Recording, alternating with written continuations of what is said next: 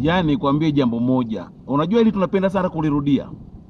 Kijana unapooa, usiowe single mother.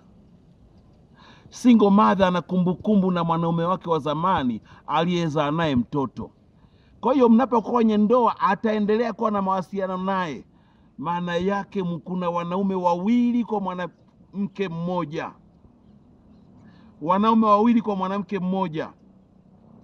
Kwa hiyo usijaribu kuoa single mother. Hiyo ndoa itakusumbua siku zote za maisha yako. Yaani usijaribu. Yaani mtoto akiumwa mume wake lazima afike. Wakati wa kuandikisha mtoto shule mume wake lazima afike. Kwa mume wake anashughulika kila mahali kwa sababu ndio mwenye mtoto. Ninakushauri baba yako Clemens Mwandambo, angalia sana unapooa. Be very very careful. Usiowe single mother.